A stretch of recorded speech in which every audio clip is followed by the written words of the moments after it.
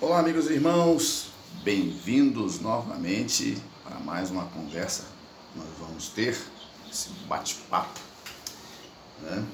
Cafezinho, ó, tá frio, 18 graus, para mim aqui já tá fresquinho, tá? 18 graus, já tá fresquinho aqui, então nada melhor do que um cafezinho, viu? Com a xícara, uma alça quebrada, porque aqui todas elas quebram, mas eu gosto dessas xícaras, né? E ela é de cerâmica, eu gosto.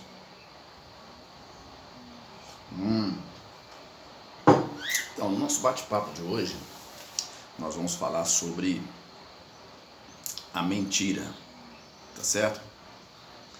A mentira é um dos elementos, né, que as pessoas utilizam, tá?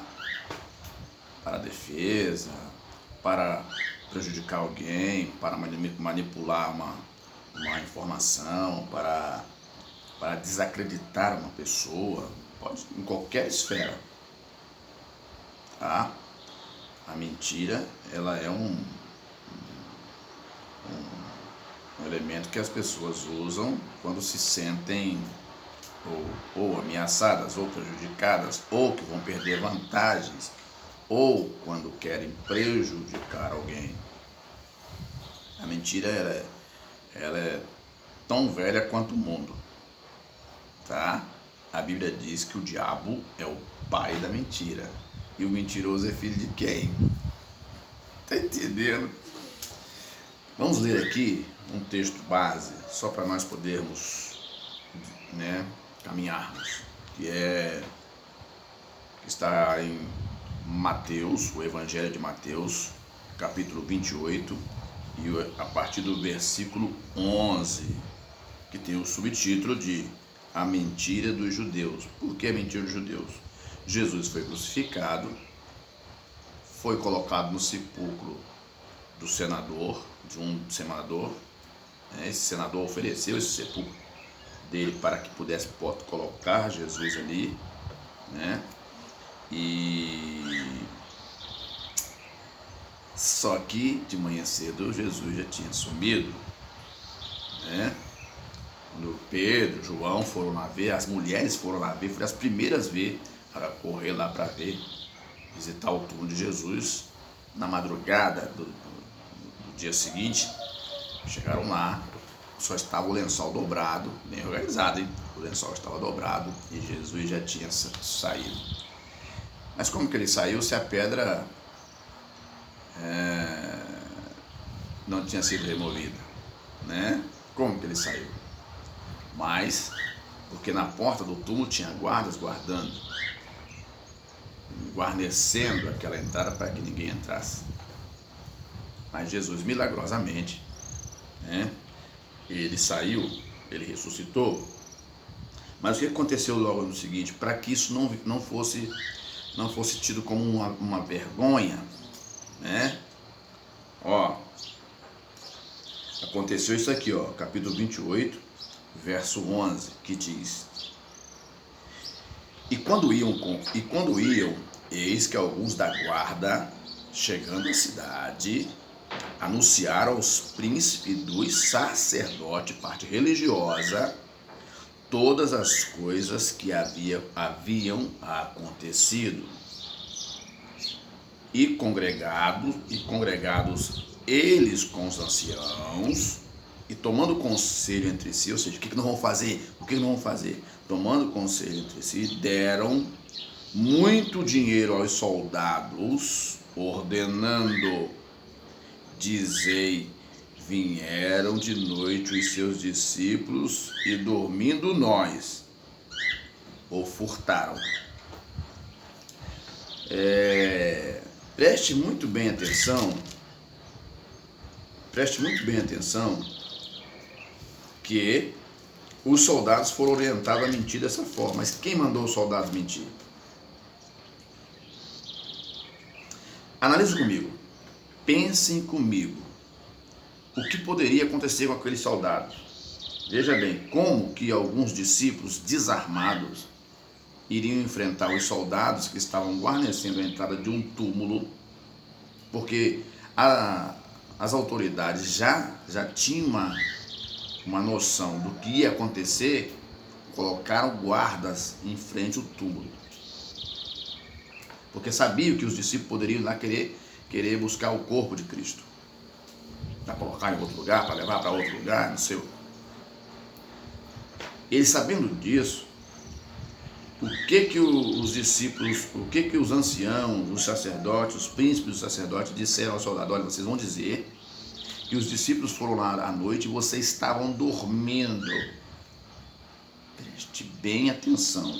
Aqui, ó, no verso 12 está escrito: deram dinheiro aos soldados, ordenando, dizei, vieram à noite os seus discípulos, dormindo nós, o furtaram. Preste muito bem atenção nisso. Se os soldados dormiram, qual seria a sentença para eles? Preste muito bem atenção nisso. Como o dinheiro faz as pessoas mudar de opinião. Os soldados mentiram, você acha que eles ficaram vivos? Eles morreram também, porque eles deixaram de cumprir um ofício que não era para dormir, porque eles tinham que estar de guarda ali. Se eles pelo menos fizessem um revezamento, ó, você cochila um pouquinho e eu fico aqui de guarda, tudo bem. Mas eles dizeram, ó, nós cochilamos, nós dormimos, os discípulos vieram à noite e levaram o corpo de Jesus. Analisa comigo. Como que aquele grupo de discípulos ia remover aquela pedra e os soldados não iam ver? Então, a mentira, ela tem sempre o contraposto. A mentira, ela pode ser feita de qualquer forma. Ela sempre deixará vestígio para que a verdade prevaleça. Então, uma das coisas que deixarão as pessoas fora do céu, farão com que muitas pessoas perderão a sua salvação, é a mentira. Existe mentira para os pais, existe mentira de marido para a mulher, da mulher para o marido, existe mentira do membro para o pastor. Às vezes o membro ele conta uma versão para o pastor e outra versão para outras pessoas. Isso acontece muito quando as pessoas elas querem mudar de uma igreja para outra. Geralmente elas têm 3 versões. E geralmente as pessoas acham que as versões que elas vão dar vão ficar sem especulação. As pessoas vão especular. As pessoas vão querer entender a verdade. Geralmente o pastor e o dirigente, ele não pode expor uma conversa de um membro para ninguém. Essa é a cruz que ele tem que carregar. Não é verdade? Às vezes ele tem que deixar correr todas essas mentiras e não mencionar, manter a parte dele na integridade daquela pessoa, mesmo aquela pessoa agindo de má fé. Geralmente quem sai, ele tem 3 versões. Uma versão para o pastor, uma versão para quem fica e uma versão para onde ele vai. Então, no lidar diário, e não é esse assunto que eu quero tratar aqui, eu quero tratar do assunto relacionado à mentira. No lidar diário, as pessoas mentem. Isso acontece nas empresas, isso acontece na sociedade, isso acontece nos negócios, isso acontece em todas as camadas sociais. Há mentiras prejudiciais, há mentiras que derrubam nações, há mentiras que derrubam mercados, há mentiras que denigrem a imagem de uma pessoa. Por exemplo, uma pessoa chega para você e conta ali uma história e você tem aquela história como uma história verídica e você passa para frente. É muito comum entre as pessoas acontecer isso, que desde as antiguidades as pessoas têm hábito de conversarem umas com as outras e surgirem certos assuntos que não se apurou se é verdade ou não a respeito de um indivíduo, seja um homem ou uma mulher, de uma pessoa, e nós comentarmos esse assunto. Não sabemos se esse fato é verdade ou não. Passamos para frente, né? Minha calopsita, ela quer alimento, ela faz esse tipo de comportamento. Tá entendendo? E nós sustentamos aquilo, passamos aquilo para frente, sem ao menos averiguar se verdade ou não. As pessoas, elas cometem essas falhas a respeito de alguém, mentiram, os sacerdotes se envolveram numa mentira porque o corpo de Jesus subiu. Presta atenção numa coisa, e sacerdote de quê? Sacerdote de quê? Porque se deixaram cair nessa situação? Simplesmente por causa do poder, da autoridade, da posição. Ela faz nós tomarmos medidas, mentirmos, né? Recentemente eu vi uma história de que um rei, para se manter no poder, ele sacrificava, né? Ninguém sabia por tanto tempo aquele rei estava no poder, mas ele mentia para o seu povo, e quando chegava a hora que era cobrado o pedido, ele sacrificava uma das suas filhas para coisa ruim lá. Quando chegava cada tempo, sacrificava a filha, sacrificava a esposa, para que ele tivesse poder para governar. E o seu reinado era uma mentira.